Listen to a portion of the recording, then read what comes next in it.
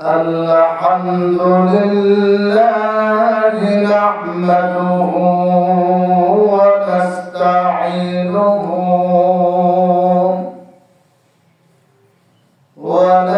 ونستغفره ونؤمن به ونتوكل عليه ونعوذ بالله من شرور أنفسنا ومن سيئات أعمالنا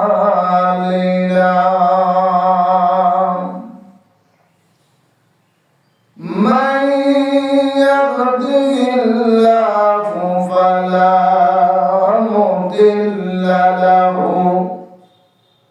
ومن يضلله فلا هادي له ونشهد أن لا إله إلا الله وحده لا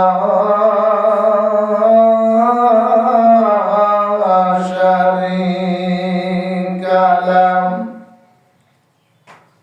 ونشهد أن سيدنا وسندنا وحبيبنا وحبيب قلوبنا ومولانا محمدا عبده ورسوله الذي أرسل إلى الناس كافة بشيرا ونذيرا وداعيا إلى الله بإذنه وسراجا منيرا أما بعد فأعوذ بالله من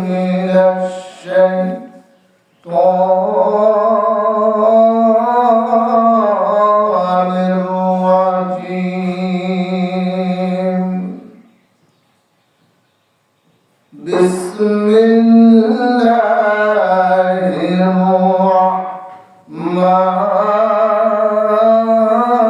الرحمن الرحيم يا أيها الذين آمنوا اتقوا الله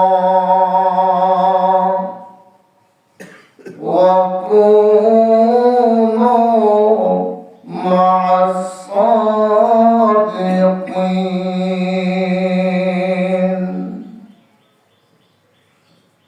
قال الله تعالى في كلامه المجيد وفي فرقانه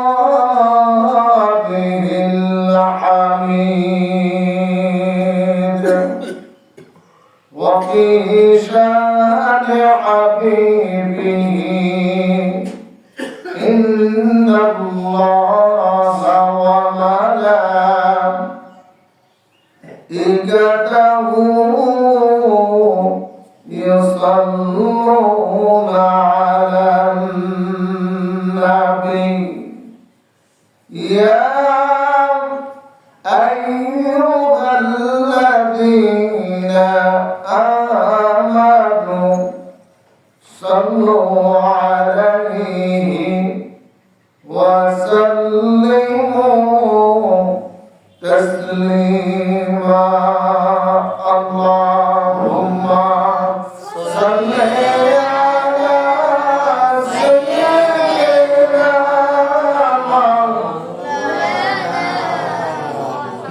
محمد وعلى سيدنا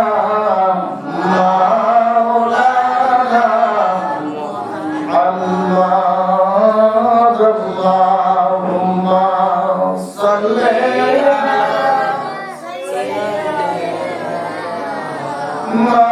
مولانا محمد وعلى آل سيدنا ये हम सब मुसाफिर हैं कोई आखिर ठिकाना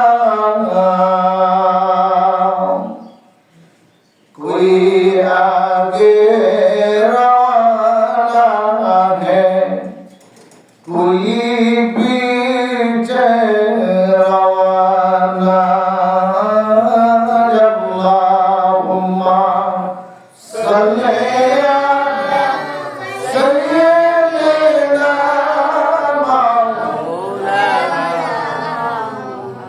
محمد وعلى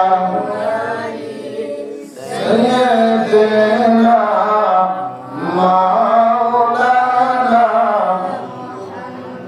لا إله إلا الله لا إله إلا الله لا إله إلا الله لا إله إلا الله لا إله إلا الله لا إله إلا الله পাহাড়ের ঝর্ণা সমূহ করছে এই নাম জপনা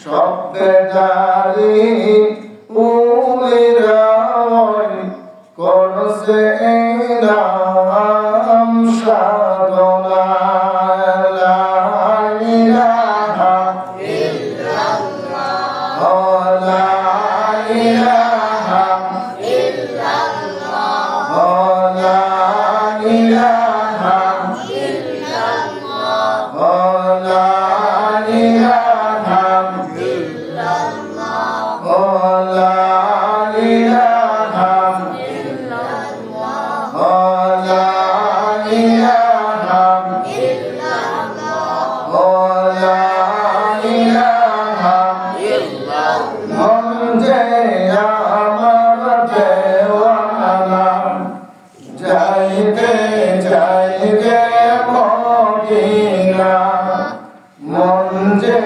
আমার দেওয়ানা যাইতে যাইতে মদিনা মদিনাতে আছে আমার মদিনাতে আছে আমার দিনের নবী মুস্তাফা লা ইলাহা ইল্লাল্লাহ লা ইলাহা ইল্লাল্লাহ লা ইলাহা ইল্লাল্লাহ মাশাআল্লাহ লা ইলাহা ইল্লাল্লাহ লা ইলাহা ইল্লাল্লাহ জোরে জোরে লা ইলাহা ইল্লাল্লাহ লা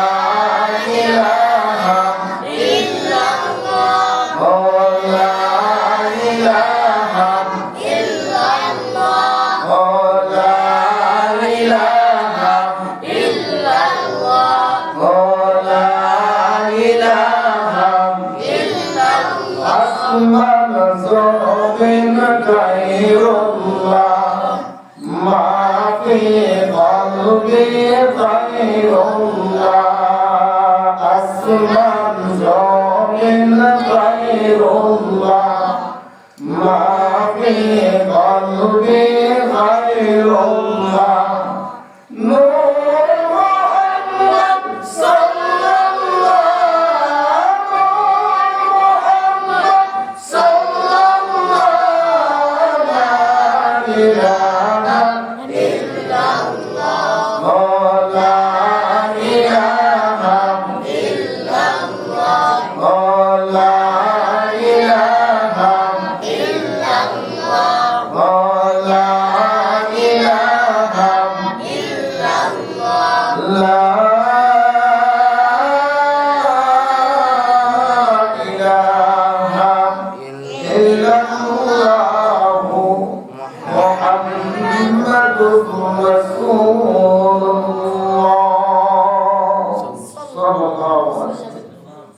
সম্মানিত আগত মুসলিম সাহাবা, ধর্মপ্রাণ মুসলমান ভাই বাবা, মহান আল্লাহর শুকর আদায় করি যে আল্লাহ পাক আমাদেরকে আল্লাহ পাকের ঘরে আসা এবং বসার তৌফিক দিয়েছেন।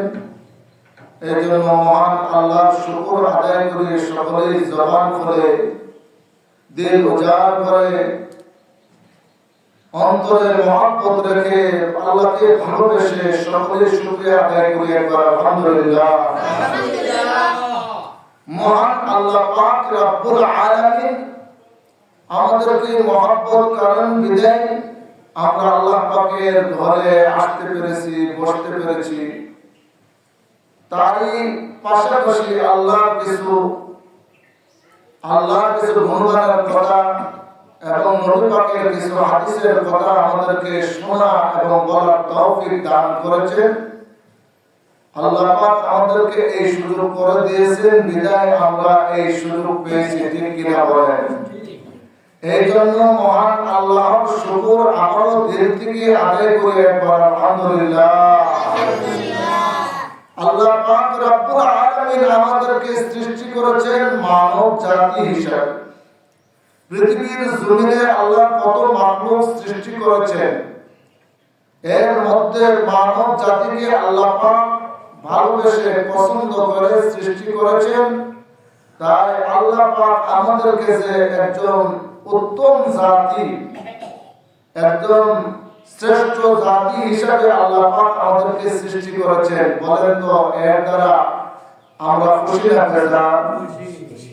আল্লাহ পাক বলেন, আমি তোমাদেরকে সৃষ্টি করেছি এই দুনিয়ার জমিনে শুধু দুনিয়া নিয়ে থাকার জন্য না, বরং আমি আল্লাহর ইবাদতের জন্য। বলেন সুবহানাল্লাহ। ভাই বুজুর্গ, আল্লাহর এই দুনিয়ায় আমরা কোনো এক সময় ছিলাম না। এই পৃথিবীর জমিনে যারা আছে তারা অনেকে এই দুনিয়াতে নাই, ঠিক কিনা বলেন? আমি আছি, আমি ছিলাম না, আমি এসেছি, আমাকে একজন পাঠাইছেন, তিনি হলেন কে? আল্লাহ। আবার কোন এক সময় এই দুনিয়ার জমিনে আমি থাকবো না, আমি চলে যাব। কিন্তু চলে যাওয়ার যখন অর্ডার বা হুকুম আসবে, চলে যাওয়ার হুকুম যখন আমার উপরে আল্লাহ পাক পাঠিয়ে দিবে, তখন আমাকে চলে যেতে হবে, টাকার কোনো সুযোগ নাই।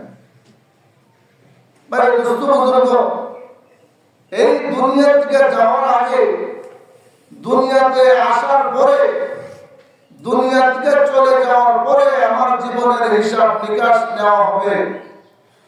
আমরা কোন কাজটা আল্লাহকে ভয় করে করেছি, আল্লাহর ভয় আমার দিলে ছিল কিনা, সেই ধরনের প্রশ্নের সম্মুখীন আমাদেরকে হতে হবে কি হবে না? হতে হবে। এই জন্য মহান আল্লাহর দরবারে আমাকে যে জবাবদিহি করতে হবে, আমাকে সেই প্রশ্নের সম্মুখীন যে হতে হবে, এই চিন্তা আমার মাথায় রেখে দুনিয়ার জিন্দেগি আমাকে করতে হবে, নয়তো আমাকে পরকালে মহান আল্লাহর কাছে টেকে যেতে হবে। আল্লাহ আমাকে সেদিন আটকে দিবে, আর আমার জীবনের সব হিসাব নিকাশ যখন আল্লাহ নেবেন, সেই দিন হতে পারে আমার জীবনের হিসাব দিতে গিয়ে আমি আল্লাহর কাছে ধরা খেয়ে যাব। ঠিক কিনা বলেন? তাই আল্লাহকে সর্ব অবস্থায় কি করতে হবে? আল্লাহকে ভয় করতে হবে। আল্লাহকে ভয় করতে হবে। আল্লাহর ভয় কেমন ভাবে করবো? আল্লাহর ভয় কাকে বলে? আল্লাহকে ভয় করার মানে কি? আল্লাহকে ভয় করে দুনিয়াদারি ছেড়ে দেওয়ার কথা আল্লাহ বলেন নাই। আল্লাহ বলেছেন, এই আমাকে ভয় করে যে বান্দা দুনিয়ার মন্দ কাজ ছেড়ে দিতে পারলো, দুনিয়ার খারাপ কাজ যে ছেড়ে দিতে পারলো, সেই প্রকৃত মুমিন। ধরে বলেন সুবহানাল্লাহ। আজকে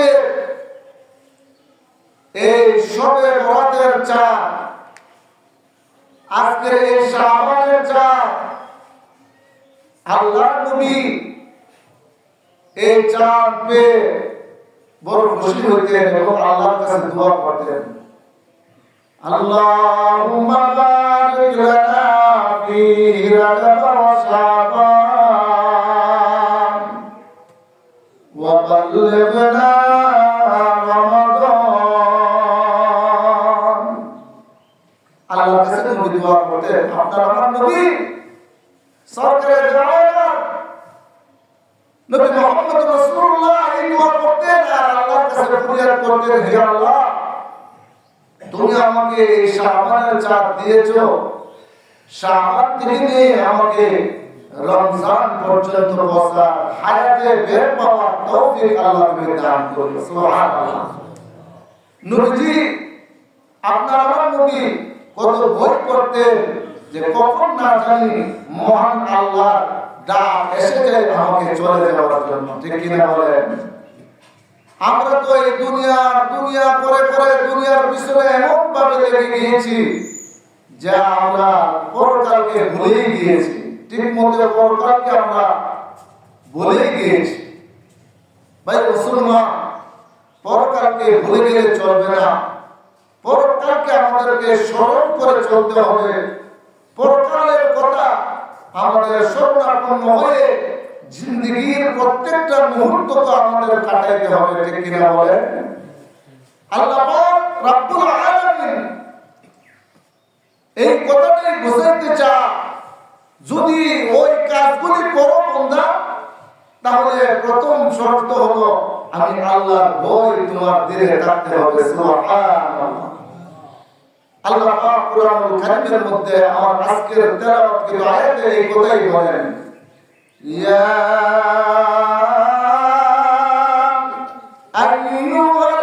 আইয়ুহাল্লাযীনা আমানুত্তাকুল্লাহ।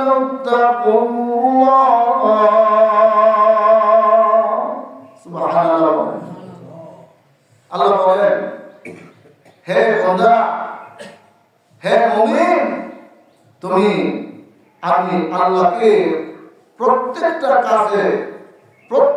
কাজের ভিতর দিয়ে আমি আল্লাহর হুকুম আছে কিনা, ওই আমার আল্লাহর বিধিবিধান আছে কিনা, এইগুলি চিন্তা করে যখন কোন বান্দা আল্লাহকে ভয় করে কাজ করে, দুনিয়াদারির কাজই হোক এবং পরকালের কাজই হোক, যদি এইরকম অনুতপ্ত মওলা পাকের কাছে হতে পারে, আল্লাহ পাক বলেন, বান্দা, আমি আল্লাহর ভয় তোমার দিলে থাকার কারণে আমি আল্লাহ তোমাকে আমার প্রিয় বান্দা মানে নেককারদের কাতারে আমি আল্লাহ তোমাকে উঠায় দেব। সুবহানাল্লাহ।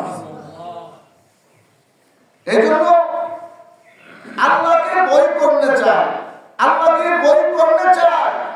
কেননা আমরা আল্লাহর কাছে ছিলাম, আল্লাহর কাছ থেকে এসেছি, আবার যখন চলে যাব, কার কাছে চলে যাব?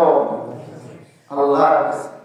আল্লাহর কাছে আল্লাহ সেদিন আমাদেরকে বলেছিলেন, যেদিন আমি মানুষ রূপে রূপান্তরিত হই নাই, আল্লাহ সর্বপ্রথম রূপ জগতে আমাকে সৃষ্টি করেছিলেন।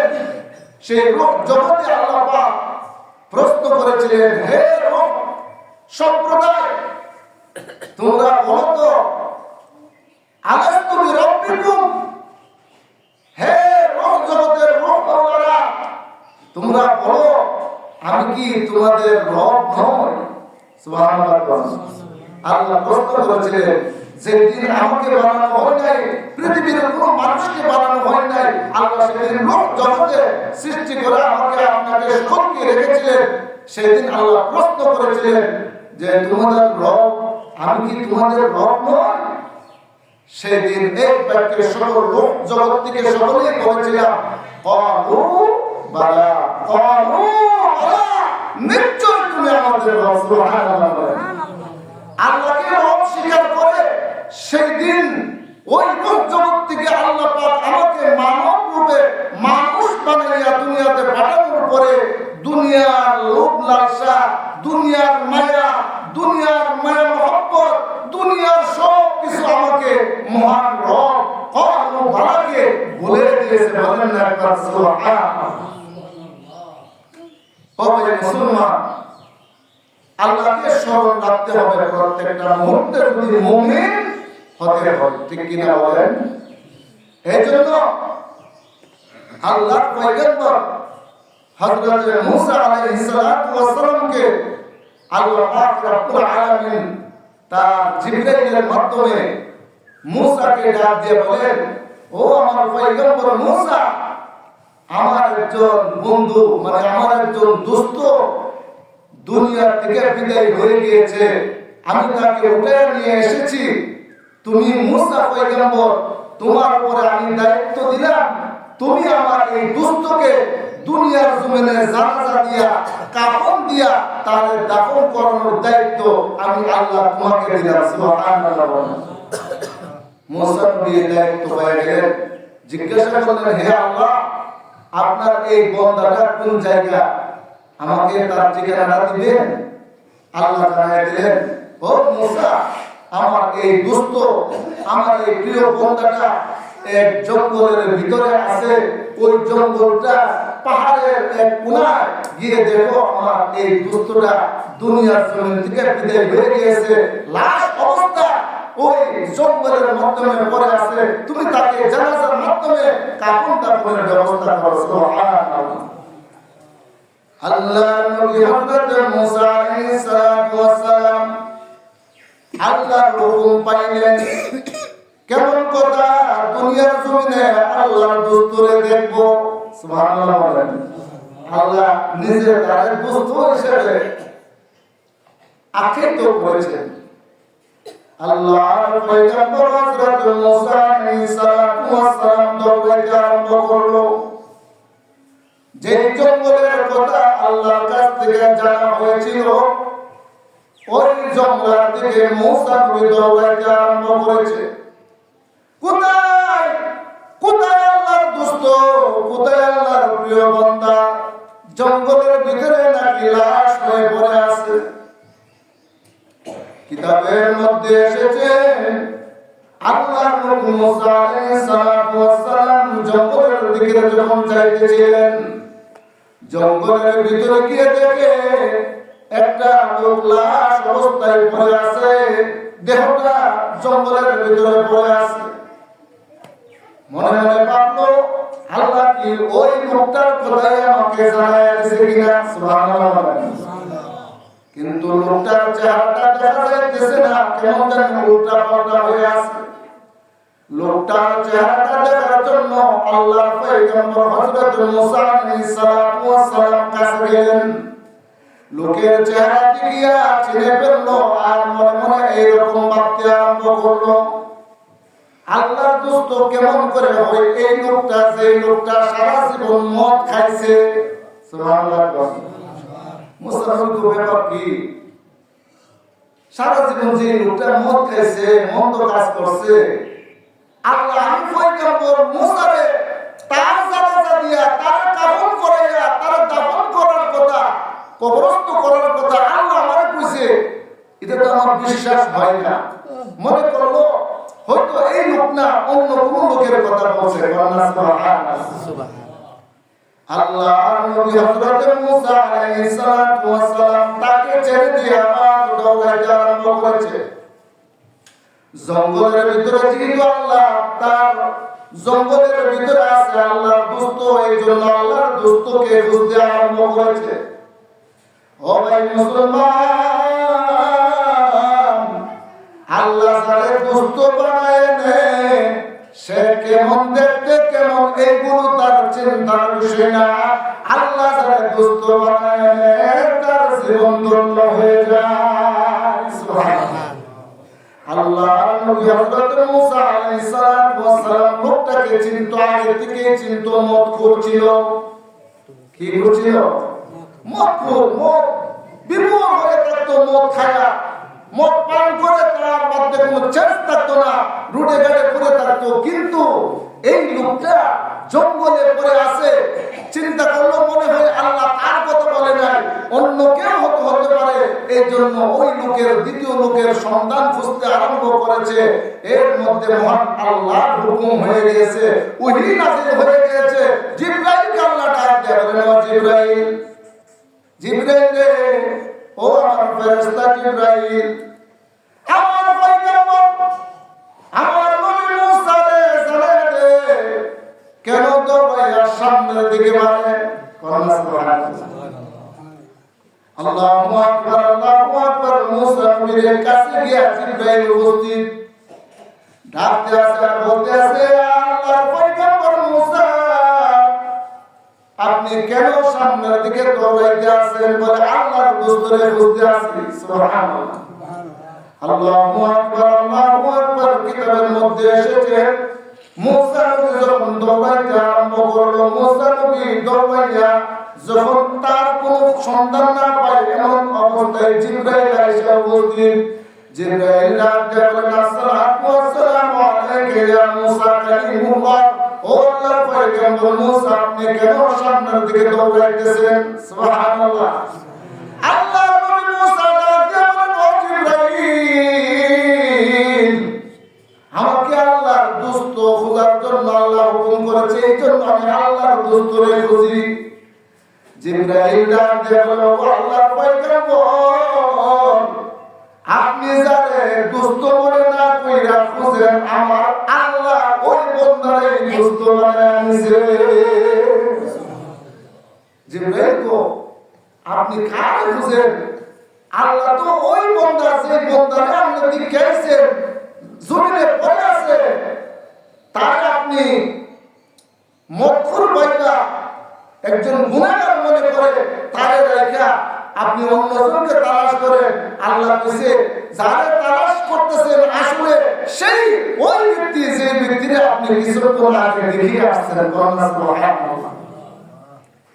আল্লাহ নবী চিন্তায় পড়ে গেলেন, কেমন করে সে আল্লাহ ওলি হয়ে যায়, কেমন করে আল্লাহ দোস্ত হতে পারে।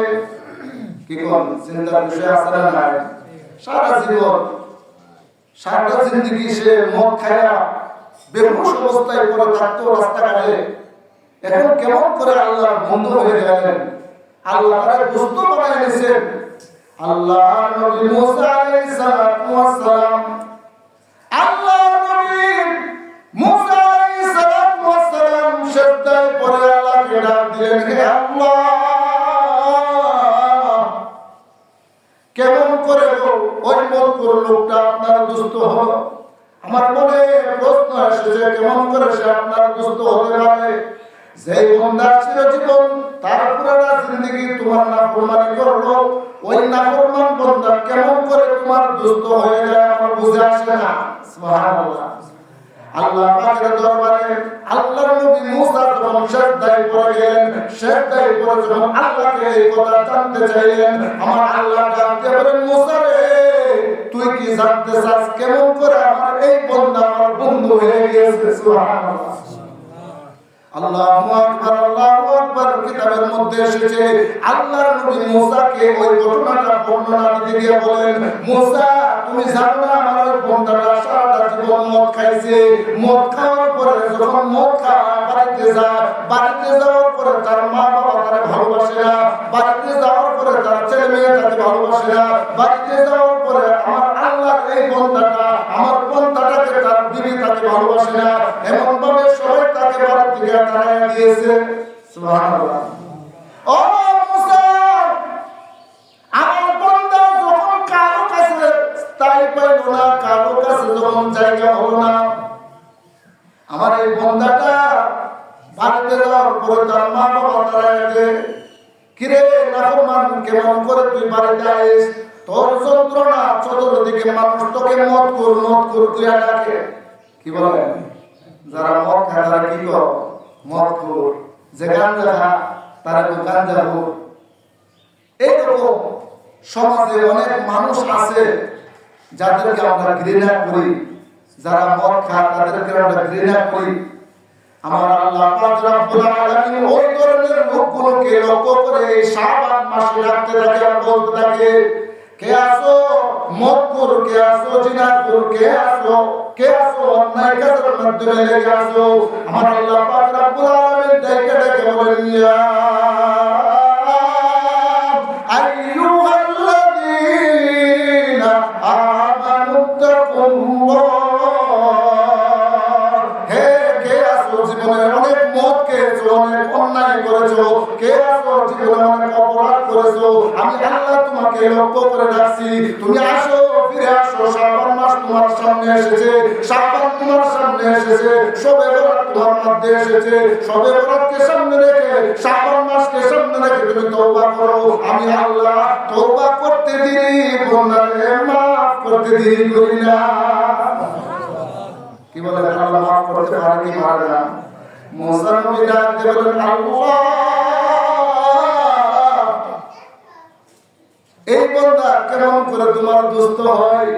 এবার আল্লাহ তার মুসা নবীরে সান্ত্বনা দিতে গিয়ে কেমন করে তার দোস্ত হইল আল্লাহ বুঝাইতে চা। মুসা নবীরে এরকম ভাবে বর্ণনা দিতেছিল, ও বান্দা তুমি জানো না, ও মুসা নবী তুমি জানো না, আমার এই বান্দাটা মার কাছে জায়গা পাইল না, বাবা তারে বাড়িতে জায়গা দিল না, ঘরের ভিতরে তার বিবি তারে জায়গা দিল না। কেন জায়গা দিল না? সে মদখোর। সুবহানাল্লাহ না? আমার আল্লাহ পাক ডাক দিয়ে বলেন, তখন ওই বান্দাটা যখন দেখলো কারো কাছে তার জায়গা নাই, সবাই তাকে ঘৃণা করে। কি করে? ঘৃণা করে। আমার আল্লাহ বলেন, ওই বান্দাটাকে আমি ডাক দিয়ে বলিলাম, তাকুনাতু মির রাহমাতিল্লাহ।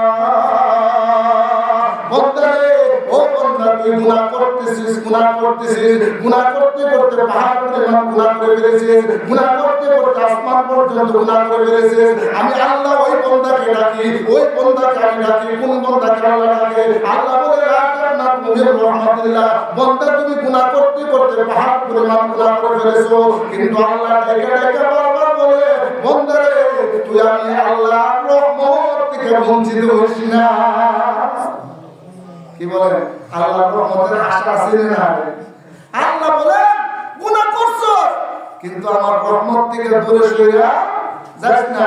আল্লাহ মুসা নবীকে এই কথাটা বুঝাইতেছে, ও মুসা, এই বান্দা কেমন করে আমার দুষ্ট হইল, এই কথাটা তো তুমি জানতে চাও।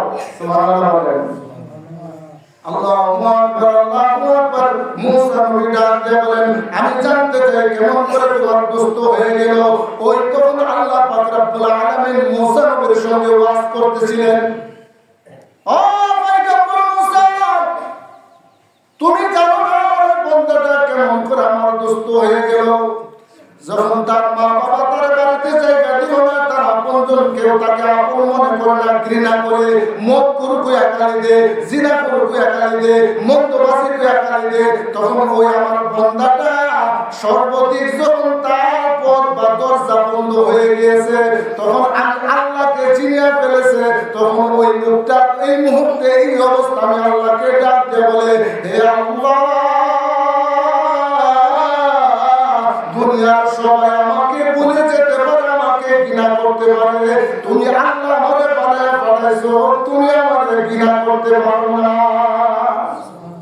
আল্লাহ ডাক দে, ও মুসা, আমার বান্দা ওই জঙ্গলের দিকে দৌড়াই আইছে। জঙ্গলের দিকে যখন দৌড়াই আয়া আমি আল্লাহর সাজদা করছে। কি বলে? যখন আল্লাহর সাজদা করে আল্লাহ ডাক দিছে, দুনিয়ার জমিনে দেখেছি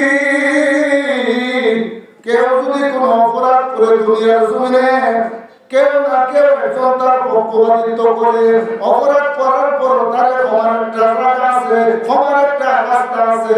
হে আল্লাহ, হে মহান আল্লাহ, হে প্রভু, আমি আমার জীবনের কৃতকর্মের জন্য আজকে তোমার দরবারে সেজদায় পড়ে গেলাম। যতক্ষণ তুমি আমারে সেজদা কবুল না করে, আমার যতক্ষণ তুমি মহব্বত না করবা, যতক্ষণ তুমি আমি আল্লাহ আমাকে ভালোবাসবা, ততক্ষণ আমি আমার সেজদা এই জমিন থেকে উঠাইতে চাই না। আল্লাহ পাক রব্বুল আলামিন ডাক দিয়ে বলে, ও মুসা পয়গম্বর, যখন আমার বান্দা আমার সেজদা দিছে, সেজদার মাধ্যমে তার কৃতকর্মের জন্য, অপরাধের জন্য সে নিজে অনুতপ্ত হয়ে গিয়েছে, তখন আমি আল্লাহ রহমতের কোলে তুলে নিয়া আমি দুনিয়ার কেউ তাকে আর অপমান করুক আমি চাই না। কি চাই না? আল্লাহ তো দুনিয়ার আর কেউ তার অপমান করো, দুনিয়ার কেউ তাকে অপমান অপদস্থ করো, আমি আল্লাহ চাই না। এই জন্য আমি আল্লাহ তারে কুদরতি রহমতি বরকতি কুলে তুলে মালাকুল মউত পাঠাইয়া দুনিয়ার থেকে তারা আমি উঠে নিয়ে আসি। করোনা আল্লাহ পাঠাতে পারে না। ও ভাই মুমিন মুসলমান, আল্লাহ পাক রব্বুল আলামিন এই জন্যই বলেন, যারা গুনাহগার তোমরা কোথায়? এই যে তোমাদের সামনে রমজান মাস আসতেছে, সুবহানাল্লাহ, আল্লাহুম্মা বারিক লানা, আল্লাহুম্মা বারিক লানা ফীহি রাজাব ওয়া শাবান ওয়া বাল্লিগনা রমাদান। মহান আল্লাহ পাক রব্বুল আলামিনের দরবারে তার হাবিব প্যারা নবী নবী মুহাম্মদ রাসূলুল্লাহ সাল্লাল্লাহু আলাইহি ওয়াসাল্লাম দোয়া করতেন, আর এই কথা বলতেন, হে আল্লাহ আমাকে আপনি আগামী রমজান মাস পর্যন্ত হায়াত দান করুন। সুবহানাল্লাহ। ও ভাই মুসলমান, এই জন্য আজকে যারা আমরা শাবান মাস পেয়েছি, এই শাবান মাসের উপলক্ষে যদি আমরা এই শবে বরাত, যে শবে বরাতের কথা নবী বলেছেন যে এই শবে বরাত আমার উম্মতের জন্য হাজার লাখ ইবাদত বندگی করলে যে সওয়াব মিলবে, আল্লাহ পাক রব্বুল আলামিন তার উম্মতকে এক রাতের বিনিময়ে হাজার রাতের সওয়াব আল্লাহ আমলনামা দান করবে। সুবহানাল্লাহ। এটা কার জন্য হয়েছে? একমাত্র আপনার আমার দয়াল নবী, মায়ার নবী, উম্মতের কান্নার নবী, নবী মুহাম্মদুর রাসূলুল্লাহ সাল্লাল্লাহু আলাইহি ওয়াসাল্লাম। আল্লাহ পাক তার উম্মতের মায়া, তার হাবিবের দরদের সম্মানার্থে এই রাত্র দান করেছে। সুবহানাল্লাহ বলেন, জোরে বলেন সুবহানাল্লাহ। এই রাত্রটা আমাদের মাঝে উপস্থিত হয়ে গিয়েছে। আজকে এই রাত্রটা, এই রাত্র আমরা ইবাদতের মাধ্যমে মহান আল্লাহর নৈকট্য কিভাবে পাইব, আল্লাহ পাক কোরআনের মধ্যে বিভিন্ন ভাবে এই বর্ণনা দিয়েছেন। যাই হোক, আমরা আল্লাহর কাছে দোয়া করি, মহান আল্লাহ যেন আমাদেরকে এই বরকতময় রাত্রকে সামনে রেখে আমাদের জীবনের জিন্দেগির গুনাহগুলো যেন আমরা মাফ নিতে পারি। আল্লাহ যারা এইরকম বরকতময় রাত্র পাইছে, পাওয়ার পরে গুনাহ মাফ করতে পারলো না, আমার উম্মতের মধ্যে এর মতন কপাল পোড়া হতভাগ্য আর কেউ দুনিয়াতে হবে। এই জন্য ভাই মুসলমান, আল্লাহর কাছে তওবা করি, আল্লাহর কাছে মাফ চাই। আল্লাহ যেন আমাদেরকে এই শাবান মাসের উপলক্ষে আগামী রমজান মাস পর্যন্ত হায়াতে বের পাই। আল্লাহ আমাদের সকলকে সেই হিসাবে কবুল করুন, সকলে বলে আমিন। এবং আমাদেরকে আল্লাহ সকলকে এই দুনিয়াতে যেভাবে জিন্দেগি করলে আল্লাহ রাজি এবং খুশি থাকে সেইভাবে আমল করার তৌফিক আল্লাহ দান করুন, সকলে বলে আমিন। ওয়া আখিরু দাওয়ানা আলহামদুলিল্লাহি রাব্বিল আলামিন।